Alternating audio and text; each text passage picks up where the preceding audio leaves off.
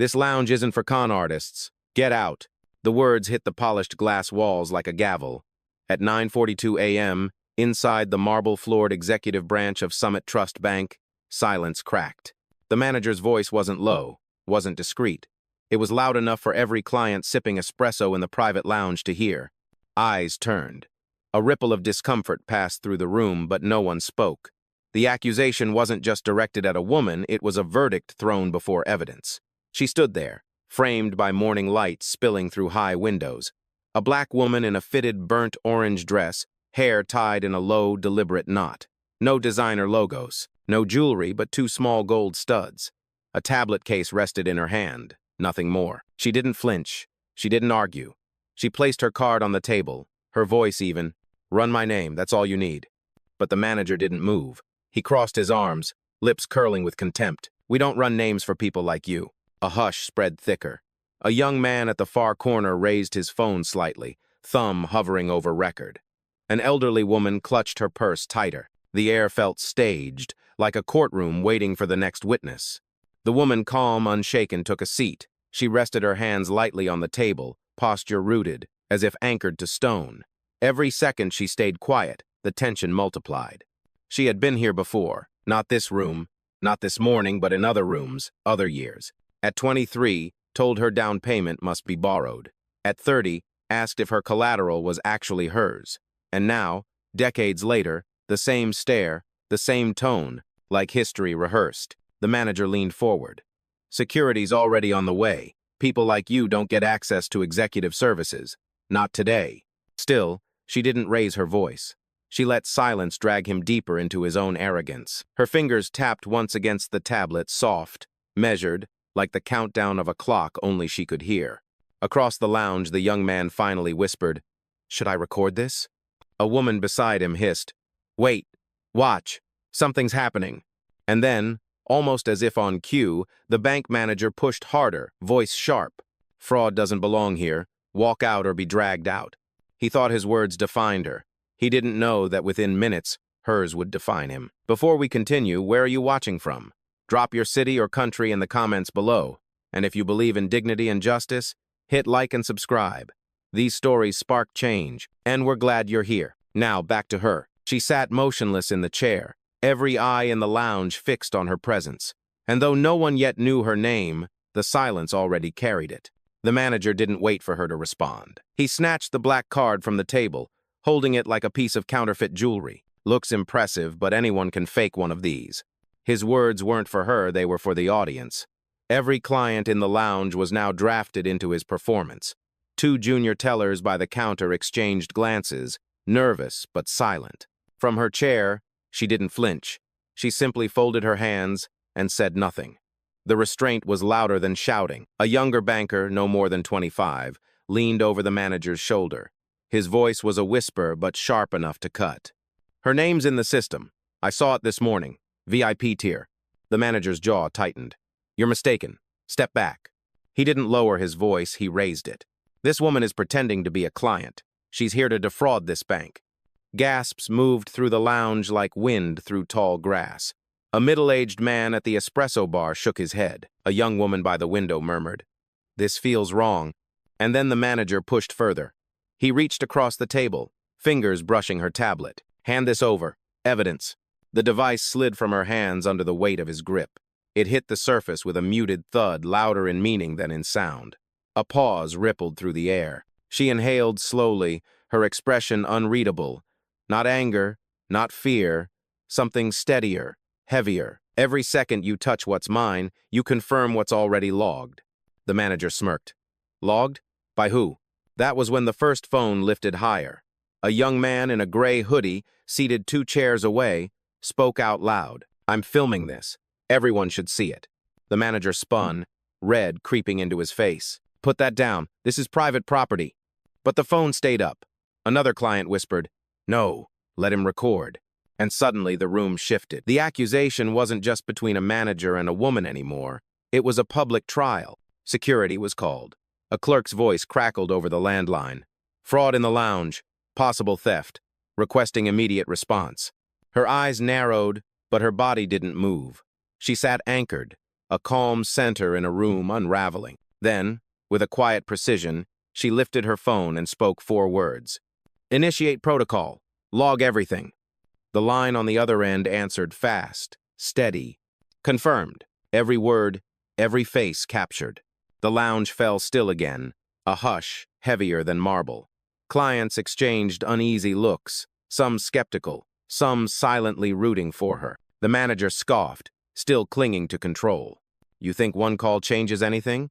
You're a nobody in a dress pretending to be a client. We'll have you escorted out in minutes." Her gaze lifted slowly to meet his. Her reply was calm, not sharp but final. "You just mistook silence for weakness. That's your first mistake." The sound of shoes on polished marble grew louder. 2 security officers pushed through the glass doors, navy uniforms crisp, radios crackling. Their eyes swept the lounge, then landed on her. The manager pointed like he'd spotted a criminal. "That's her. Detain immediately. She's a fraud." One guard stepped forward, voice clipped and official. "Ma'am, stand up. You're being removed." She didn't move. She stayed seated, posture steady, hands still folded. "You're making a mistake," she said. Not a plea. A statement. The guard reached for her tablet on the table, fingers brushing its edge. He yanked it up and dropped it into a black evidence pouch. The sound of the zipper slicing shut echoed across the room like a verdict. A gasp came from the corner. A young woman clutching her purse whispered, "They can't just take her stuff." The manager shot her a glare. "Stay out of this." The second guard leaned closer, tone edged with warning. "You don't comply, we'll cuff you and escort you out." For the first time, her eyes narrowed. Her voice, though, stayed calm, calmer than theirs. "Touch me, and this bank will bleed consequences you can't imagine." The words landed heavy. The room buzzed with unease. The manager laughed, brittle and sharp. "Threats? That's all you've got? You walked in here with a fake card, a toy tablet, and now you're threatening the people who protect real clients?" From the back, the young banker who'd spoken earlier tried again. "Sir, her account." "Quiet," the manager snapped. "One more word and you're suspended." The guard's hand hovered inches from her shoulder. The whole room stilled. A client near the espresso bar lifted his phone higher. Another muttered, "This is wrong." And then came the breaking point. The manager's voice, louder than before, carrying for every witness. "You don't belong here. You're a con artist parading as a client. This is my bank, not yours." The sentence hit like a slap. Sharp, final, cruel. But she only tilted her head slightly, as though examining a specimen under glass. Her reply was measured, each syllable deliberate. "You just called the owner of this institution a fraud. Write that down. Everyone here just heard it." The room froze. Even the security guards hesitated. Hands caught mid-air. The manager blinked, lips parting as though he hadn't understood what he'd just triggered. Clients shifted in their seats, whispers now audible. "Did she say owner? No way, but what if—" And at the center of it all, she remained seated, still, anchored, watching as the storm she hadn't started began to consume the people who had. The manager's laughter sputtered, uncertain now, but still clinging to arrogance. "Owner, please. If you were anyone important, security would already know. This branch doesn't answer to imposters." His voice tried to sound firm. It only sounded desperate. She lifted her phone again, calm, intentional, every move like it had been rehearsed. "Carla," she said softly. On the other end, a voice replied instantly, professional, precise. "Yes, ma'am," standing by. The manager frowned. "Who's Carla? Another scammer in on this?" But the room was already shifting. "Begin internal log," she instructed. "Document every phrase spoken. Cross, reference with employee records. Time, stamp all hostile actions." A pause. Then Carla's voice. "Confirmed. Real-time log active. Corporate Ethics Board has eyes on this incident right now." The manager blinked. His smirk faltered. He scanned the room, noticing for the first time the number of phones raised, the red recording lights glowing like quiet warnings. "Don't play games," he barked. "This isn't how banking works." Her gaze held his. "Number. This is how accountability works." The security guard still hovered close. He shifted, suddenly less sure. Sir?" he asked the manager. "Do we detain her?" "Of course!" the manager snapped, louder now, volume replacing conviction. "She's a fraud!" But then another voice cut through, soft but steady. The young banker again. Her account exists. I saw the balance this morning. 7 billion. The words hung heavy. Conversations stuttered. Clients' eyes widened. One man muttered, 7 billion? The manager turned on the junior employee. Enough. You're done here. But it was too late. The silence in the lounge wasn't protecting him anymore, it was protecting her. She pressed the phone closer. Carla, escalate to Phase 2. Phase 2 confirmed. Carla's voice replied. Compliance files are unlocked. Branch performance under review. Manager's name flagged for discriminatory conduct. System access countdown. Active. The manager's face drained of color. What are you talking about? You can't. She cut him off. Voice firm, calm, surgical. I don't raise my voice. I don't make scenes. I build systems. And those systems are now dissecting every move you've made in the last 3 minutes. A hush deeper than any so far swept the room. Clients weren't whispering anymore, they were staring, phones steady, witnesses to a reversal they hadn't expected but had been waiting for. The guard's radio crackled. Update. Do not detain. Repeat. Do not detain. His brow furrowed. Sir, that came from Central Security. The manager stammered.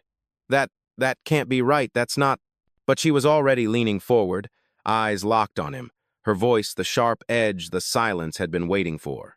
You thought my quiet was weakness. What you never realized is that it was strategy. And now, every second you spend speaking digs the hole deeper beneath your feet. Mel. For the first time that morning, the manager looked shaken. His lips parted, then closed again. His voice, once sharp, now cracked at the edges. You're bluffing. No system can... But he was cut off. The junior banker voice clearer now, spine stiffened by conviction, spoke again. She's not bluffing. Her name is in the top-tier account list. I saw it with my own eyes. The lounge shifted. Clients who had been spectators now leaned forward. A middle-aged woman set down her coffee cup. Are you saying she's really the owner? The junior banker nodded once. Her account balance is more than this entire branch handles in a quarter. She isn't a fraud. The manager spun toward him, fury overtaking fear. You're finished here, hand me your badge. But no one moved to enforce it. Even the guards looked uneasy. From the far side of the lounge, a young mother stood with her stroller. She raised her phone, recording openly now. This is discrimination, plain and simple. The manager's face flushed red. Stay out of this! But voices were rising. A man in a navy suit shook his head. Number, we won't. This isn't how you treat clients. Not anyone. Certainly not someone who built this place. The words carried weight. A murmur rolled across the room, louder than before. She sat at the center of it all, still calm, still anchored. Her silence had become gravity. Every eye, every lens, every breath in the room orbited her steadiness. She spoke again, low but deliberate. Carla, log the witnesses. Every word, every phone, every refusal to silence the truth. Logged, came the reply. Live documentation uploaded to the board. The manager's smirk collapsed into something else, panic. You think corporate cares about a stunt in one branch? They'll back me, they always do. Her gaze didn't waver. Not when 7 billion speaks louder than your prejudice. A gasp fluttered through the room. Clients exchanged glances. The number wasn't rumor anymore, it was confirmation. One of the guards lowered his hand from his holster, his voice hesitant but firm. Sir, with respect, I think we should stand down. This doesn't look right. The manager spun on him. You work for me. But the guard cut in. Number, we work for the institution. And right now, I'm starting to think she is the institution. The silence after that line was different. Not tense, not fearful. It was recognition. She looked around the room, her voice calm, her tone almost gentle. This isn't about a branch, it isn't about one account, it's about dignity, and today, it's on trial in this room. Phones stayed high. Clients nodded. The tide had turned. The manager's composure shattered like glass. His voice rose, not to command, but to cover fear. Don't be fooled. She's manipulating all of you. A dress, a fake card, and suddenly you think she owns the place? He jabbed a finger toward her, trembling now with rage. She's nothing but a con artist, a liar in costume. The words hit the room like shrapnel. Even those who doubted before recoiled. The young mother gasped, clutching her child closer. A man near the window muttered, "That's beyond unprofessional." The junior banker tried again, louder this time. Her name is in the system. I checked it. I verified it. The manager snapped, eyes wild. You're complicit. You want to lose your job too? But the banker didn't back down. He stepped forward, voice shaking but firm. Number, I want to keep my integrity. A low murmur of agreement rolled through the lounge. Phones rose higher. The tide was irreversible. The manager turned desperate. He grabbed the landline, his hand slipping on the receiver. Security escalation. Fraudulent activity. Possible organized crime. Send additional units now. Oh. The line crackled with static. Every client heard the words. The black woman in the orange dress finally tilted her head, eyes steady, her voice cutting through the chaos like steel. You just escalated a false report. That's a federal offense. The manager slammed the receiver down, pretending not to hear. His words tumbled out fast, frantic. Don't listen to her. People like this walk in, dressed down, pretending to be what they're not. That money? Probably stolen. That name? Fake. The silence after was heavy, suffocating, and then another witness stepped forward. A young concierge intern, previously silent at the back, cleared her throat. I saw her name this morning too. VIP tier. Executive clearance. It's real. All eyes turned. The room buzzed with electricity. The manager's face twisted. You're finished here. Out. But the intern didn't move. Instead, she pulled a folded printout from her pocket today's guest list, her handwriting circling the name. She held it up for all to see. Her reservation wasn't fake. It was priority. Gasps rippled. The proof was undeniable. The manager's voice cracked. No, this is staged. You're all being played. His words didn't land anymore. They fell flat, swallowed by the shifting weight of the room.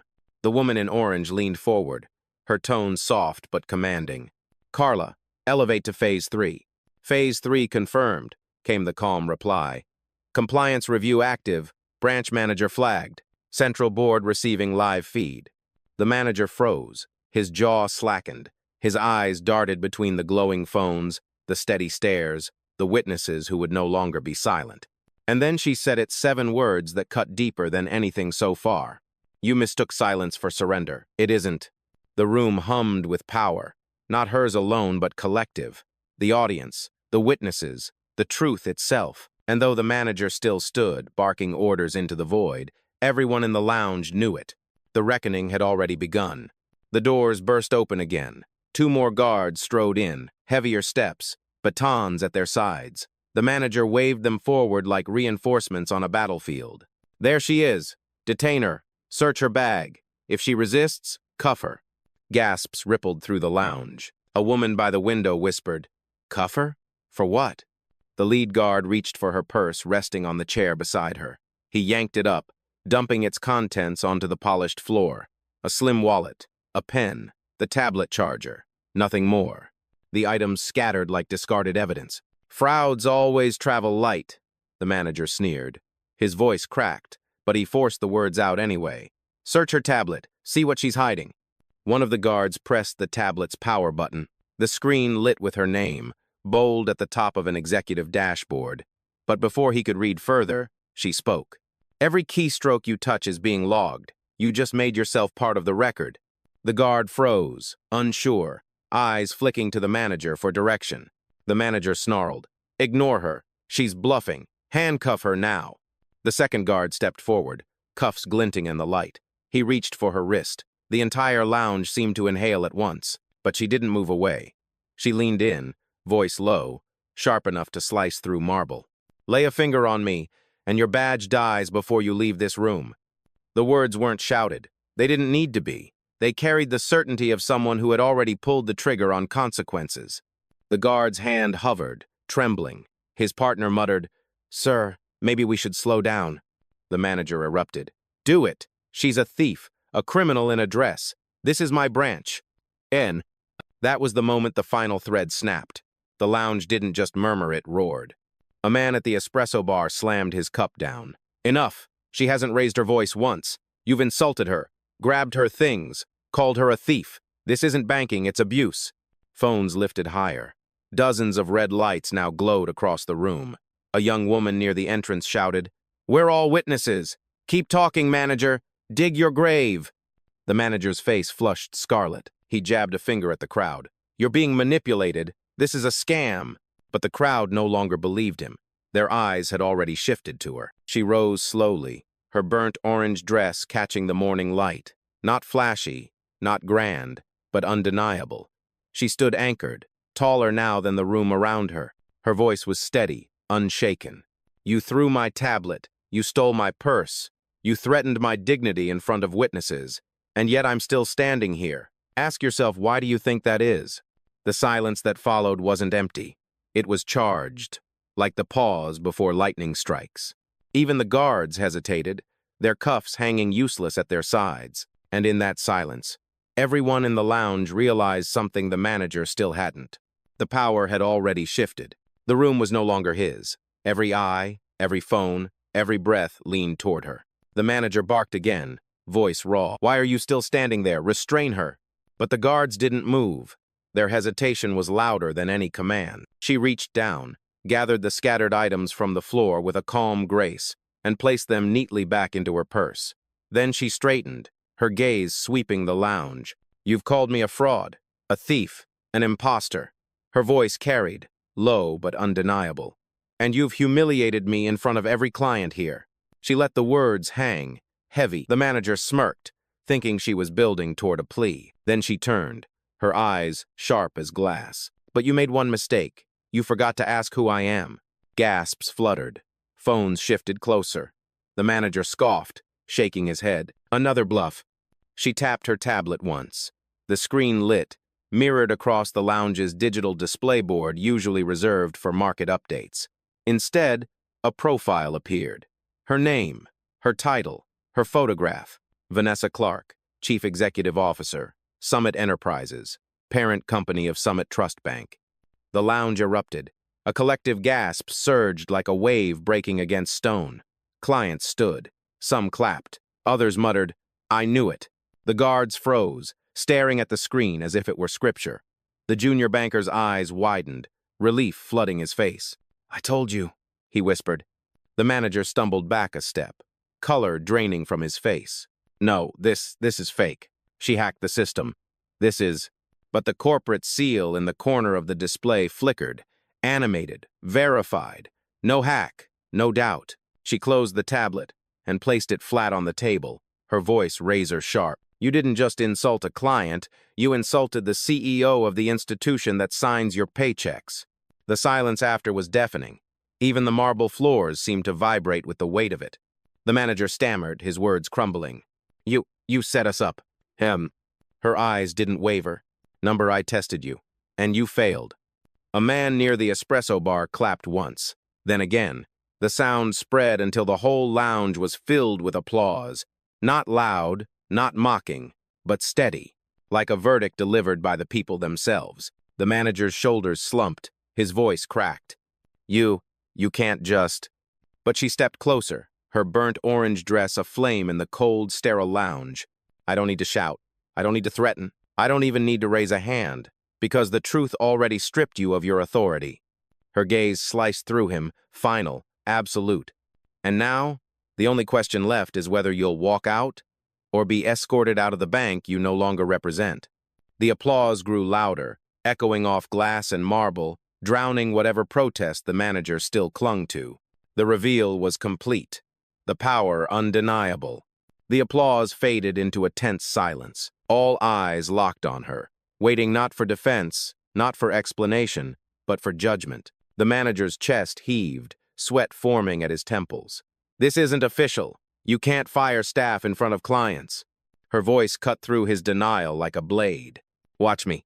She tapped her tablet again. The screen flickered, pulling up the branch roster. Names, positions, access levels. The manager's was at the top. Carla, she said evenly. Terminate branch manager Greg Walters. Effective immediately, revoke all system access. Confirmed, came Carla's calm voice through the speaker. System lock engaged. ID 4472 access revoked.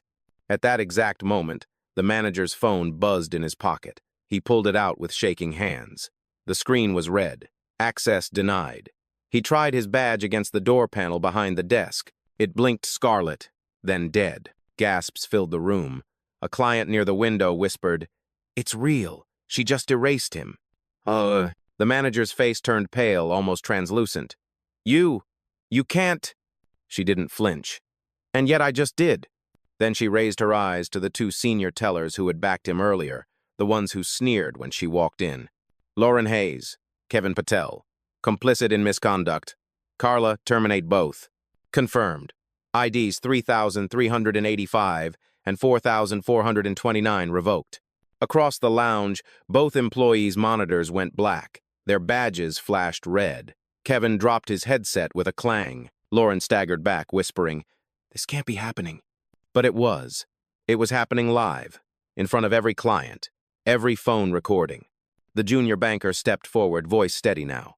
"Ma'am, what about the others who ignored the policy, the ones who stayed silent?" Her eyes swept the room. For a moment, the weight of her gaze pressed on every staff member who had looked away. "Silence is complicity," she said. "But truth is choice. Those who stood against injustice today will remain, those who didn't review pending." Murmurs erupted. A client muttered, "That's justice." Another whispered, "Not revenge, accountability." The guards lowered their batons. One even nodded, as if relieved to see the scales corrected. She stepped forward, each word measured, absolute. "You called me a con artist in the bank I built. You tried to erase me in front of witnesses, and now the erasure is yours, permanent." And from her voice didn't rise. It didn't need to. The finality in her tone struck harder than any shout. The manager sank into a chair, staring at his dead phone, his useless badge, his empire gone in seconds. And at the center of the room, she stood taller than ever.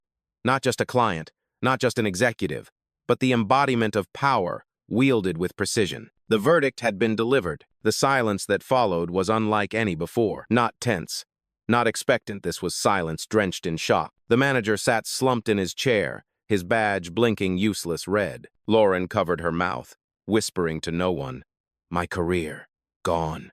Kevin stared at his dark monitor, knuckles white around the edge of the desk. But it wasn't just the fired staff who shook. The entire branch quivered under the revelation. Clerks who had stayed quiet looked around nervously, wondering if silence would be judged next. One tried to log into her terminal, only to find it frozen with a flashing message. "Review pending." Clients murmured in waves, some with awe, some with indignation. "7 billion, one whispered.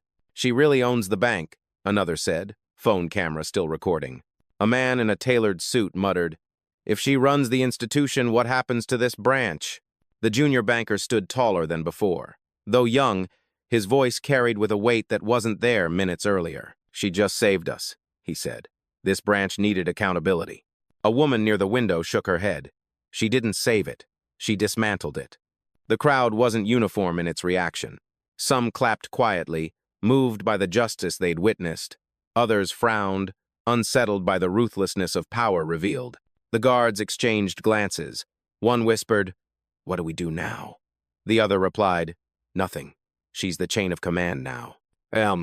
Vanessa, still standing, calm, centered, let her eyes scan the room. She saw the fear in staff, the awe in clients, the disbelief on faces that once doubted her. "You think today was chaos?" she said evenly. "But this is order, not built on lies, not on prejudice, on truth. This branch forgot what dignity means. Today was a reminder." Her words didn't echo like a shout. They landed like stones in water, rippling outward, unavoidable. Lauren finally broke, her voice trembling. "Please, please don't ruin us. We have families." Vanessa's gaze was steady, not cruel, but unrelenting. "You ruined yourselves when you chose contempt over integrity, when you mocked clients instead of serving them. Families don't erase responsibility." The weight of her words pressed the air flat. Phones kept rolling. This wasn't just a moment inside one bank lounge, it was a spectacle that would travel far beyond its walls. Every witness knew it. Every staff member felt it. A man near the espresso bar whispered, "This is going viral tonight." His companion nodded. It already island. And still, the woman in the burnt orange dress stood anchored. She hadn't raised her voice once. Yet the entire branch was unraveling around her. The center of gravity shifted beyond recovery. This wasn't just fallout, it was collapse. And she was the architect of both. The lounge felt colder now, as if the marble itself had absorbed the weight of what just happened. Phones were still raised. clients whispering, staff trembling, but all eyes stayed fixed on her. Vanessa placed the tablet back on the table. The gesture was small but final. Her voice followed, calm as ever. "Carla, begin closure protocols." "Confirmed," came the reply. "Specify targets." Her gaze swept across the room, locking on the pale faces of the terminated staff. Greg Walters, branch manager. Lauren Hayes, senior teller. Kevin Patel, compliance officer. Close all employee accounts, cancel corporate cards, effective immediately. The tablet pinged 3 times, one after another, red notifications flashing like verdicts. Lauren gasped, fumbling for her phone. The banking app she'd used for years blinked and died. Account suspended. Kevin tried his laptop. Locked. Greg slammed his fist on the desk, but the system didn't budge. His name was gone deleted like it had never existed. Murmurs rippled through the lounge. "She didn't just fire them," one client whispered. "She erased them. Another finished." Vanessa wasn't done. She turned to the display board, her reflection framed against the corporate seal. "Carla, flag this branch for audit. All contracts under Greg Walters' tenure frozen. Vendor deals, client agreements, discretionary loans. Effective immediately." The board updated in real time. Rows of contracts turned red. Whole portfolios vanished from the active list. Gasps deepened. A man in a Navy suit hissed under his breath, "That's millions. Gone." Vanessa's eyes didn't flicker. "Number, that's millions recovered from corruption." The guards shifted uneasily, no longer protectors of the manager but silent witnesses to justice. She took one step forward, her burnt orange dress glowing against the sterile white light. Her words sliced clean. "You called me a fraud. You treated me like a trespasser. But fraud is stealing trust. Fraud is mocking clients while pocketing their money. Fraud is thinking you are untouchable. And today, fraud was removed from this branch." Greg finally broke. His voice cracked into a plea. "You can't just destroy careers in front of everyone." Her reply was surgical. "I didn't destroy them. You did, I just pressed enter." A stunned hush fell again. Even the clients who had doubted her now stared with a kind of reverence fear mixed with respect. The young banker, the first to speak up, whispered to the client beside him, "This isn't punishment, it's precedent." And that was exactly what it was. With a single command, she had cut out the rot, erased the corruption, and left behind an institution cleansed in real time. No appeals, no delays. Justice, immediate and final. The fallen staff sat hollow, stripped of access, stripped of identity within the bank they thought protected them. And Vanessa Clark stood taller than all of it, not shouting, not gloating, just delivering the final strike with quiet precision. The punishment was complete. The branch was silent now, not from order but from awe. Screens still glowed red with revoked access. Phones still recorded, but no one spoke above a whisper. Vanessa closed her tablet, sliding it into her purse with the same calm precision she'd carried all morning. She looked around the lounge at the clients, at the trembling staff who remained, at the guards who no longer served their former boss. "This branch thought silence would protect misconduct," she said evenly. "But silence only shields the guilty. Today, silence broke." Her words settled over the room like a final judgment. Greg slumped lower in his chair, his badge dark, his phone useless. Lauren's eyes were glassy with disbelief. Kevin buried his face in his hands. They were still physically present, but already erased from the world they once ruled. Vanessa turned her attention to the clients. Some held their phones high, still streaming. Others lowered them, caught between shock and admiration. "You witnessed it," she continued. "Not in secret, not behind closed doors. You saw how prejudice poisons dignity, and you saw what happens when truth answers back." A man in the corner nodded slowly. "Without shouting," he murmured. "Without shouting," she echoed, "because power doesn't scream. It speaks once, and the world listens." The young banker stepped forward, his voice steady now. "Ma'am, what happens next?" Her eyes softened for the first time. "Rebuilding. With those who remember integrity matters more than appearances. With those who serve, not mock." The applause began hesitantly. One pair of hands, then another. Soon the lounge was filled with it, not thunderous, but resolute, a chorus of agreement. Vanessa gave a single nod, then turned toward the exit. Each step of her heels struck the marble like punctuation marks to the verdict she had delivered. At the door, she paused. Her final words cut clean, meant for everyone present and for every screen already broadcasting beyond those walls. Dignity doesn't need volume. Justice doesn't wait for permission. And today, both stood here. Remember that the next time you think silence means surrender.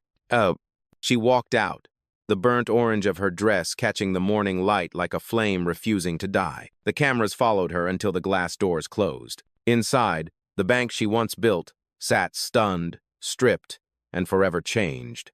Outside, justice had already gone viral.